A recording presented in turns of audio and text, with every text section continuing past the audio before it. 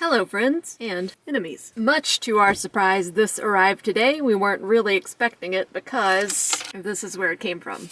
And if you're up to date on toy news, you know that there's been a little some shenanigans with that particular store, which is a shame and not something I'm going to get into because I don't want to say something wrong and make anyone angry. But yeah, we got our Mezco Alien pre-order. So I'm told that this is pretty much one of their first forays into a soft body, and we're going to see how that pans out.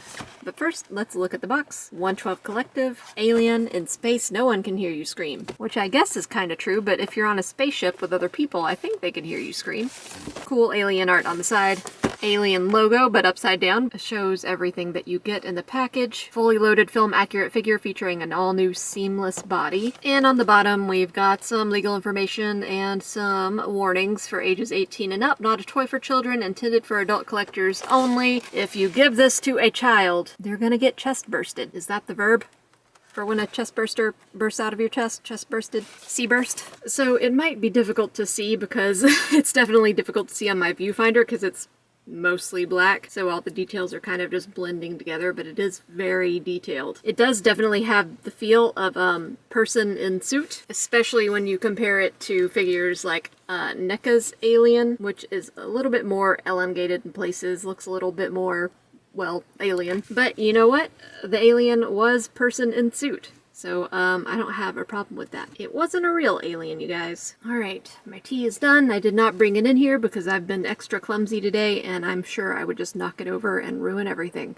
So, back to the alien. As we touched on before, this is a seamless body, and yeah, I think pretty much one of the first ones that Mezco has produced. We have a little bit of experience with seamless bodies because we got the Phison Anubis, but I think as far as that goes, that's the only one that we have had access to. There's a definite smell, and there's a definite feel. It feels kind of gross, but it does look cool. That said, where there are benefits to a seamless body, there are also drawbacks. As you can see here in this list of instructions, you have to be extra careful with these. If you stress them too much or expose them to any kind of extreme temperatures, there is a good chance that the body will be messed up. But so far, sculpturally, it looks really good. I've seen the Alien movies. I'm not like an Alien super fan, so I can't tell you how accurate or inaccurate this is. I assume it's pretty accurate. Once again, it might be hard to see, but there's a really nice mix of shiny skin tone and texture and matte skin tone and texture. It's mostly black, but there is some gray-brown detailing. The teeth are silvery, kind of metallic, and the jaw does open. As far as movement, pretty good range of movement from what I can tell so far. Of course, the head is a little limited because it's shaped how it is, you know. And dog fur keeps getting stuck to the body, but my life is filled with dog fur, so you know. You just got to deal with it. Yeah, nice range of movement. You don't want to stress it too much.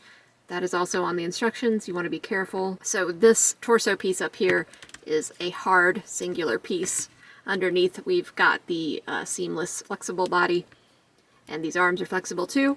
The hands are hard plastic. The head and the mouth are hard plastic. Nice twist there. Nice high kick.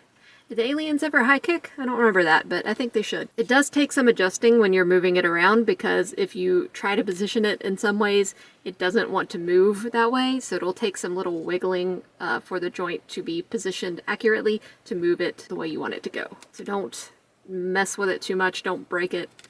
Just gently finagle, which is going to be the name of my memoir. And this tail is on a wire. The tail is made of that same skin texture. Lots of detail in the tail too. Detail. The thing about these that can be frustrating is that you can't see the joints. So you don't really know if the pose you're going for is feasible or what it will take to achieve that because everything is sort of hidden. And like I said, I'm also kind of scared to stress it too much. Cool thing about the NECA one is that you can kind of use the tail as a counterbalance, but for this, the tail is a little light and thin, so it doesn't really quite work that well, unless you curl it up, maybe. Boy, I really hope this is showing up on my camera, because my viewfinder is not picking up any details at all. We'll see. Life's an adventure. So, of course, being a Mezco, you don't just get the alien, which does not like to stand up, but maybe that's why they included a stand. Yeah, I'm just not... A, I'm not good at posing things. B, I'm always afraid to break the figure. And C, this is just kind of frustrating because I just can't tell where it can go. It does not want to stand up straight or get into any of the poses I want it to get into. I think part of that is the ankle. It's got kind of a weak ankle. I definitely am missing that heftier tail. So let's just hope it stands up. It will come with extra hands. Got these live long and prosper hands, and I'm gonna claw your face out hands. It will also come with an alternate chest plate. The instruction says that this is a pierced chest plate. I don't remember this. I don't remember what this is or when this happened or why.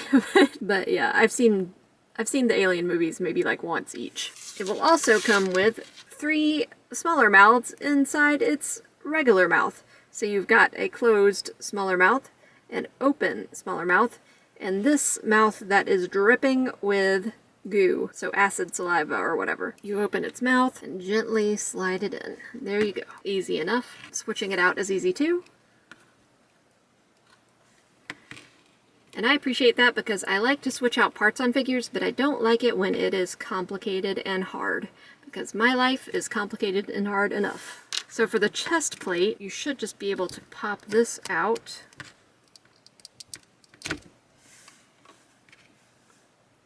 And then this will pop in, snap into place. And yeah, I have no idea what that is. And because I don't like things that I don't understand, we're going to change it back. I guess I never noticed that the alien has like kind of a human spinal column on its front, which is neat. So like this leg in particular keeps wanting to twist in weird ways.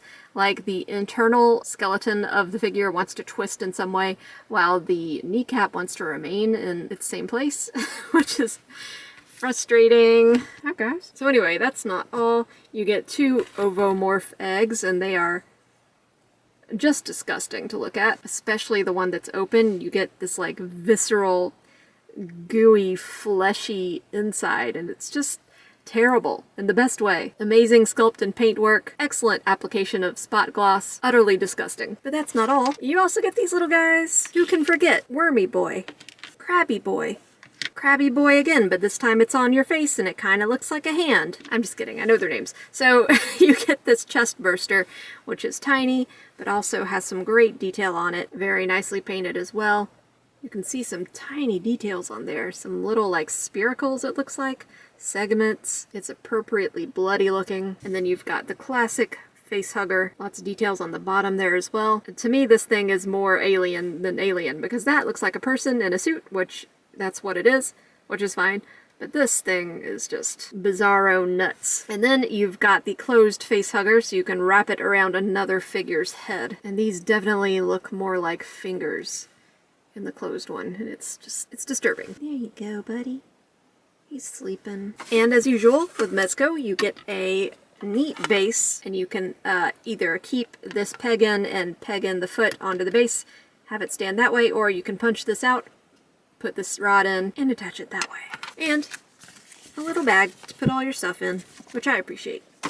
So we kind of touched on this earlier, but it's a little small compared to the NECA alien, which also does not seem to want to stand up. Come on, guys, you're killing me. So yeah, a little bit small compared to that, but you can definitely notice a difference in the seamless body. Although I really don't think the joints on this one are that noticeable or that bad. So yeah, a little bit smaller than the NECA. We also have a NECA Ripley here, and it seems small compared to her. I'm not sure I remember the scale of these, but I think they were supposed to be pretty tall, right? Yeah, it's a good bit taller than Ripley when you put the 2 NECA figures together. But I mean, this could be just like a smaller one, a smaller alien. So yeah, it might not match up exactly with other figures you've got.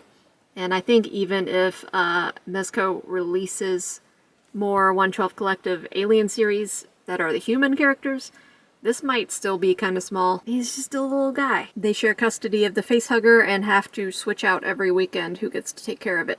So anyway, I hope you enjoyed the review. Likes and subscribes are very much appreciated. Comments are more than welcome. And I will see you guys on the next one.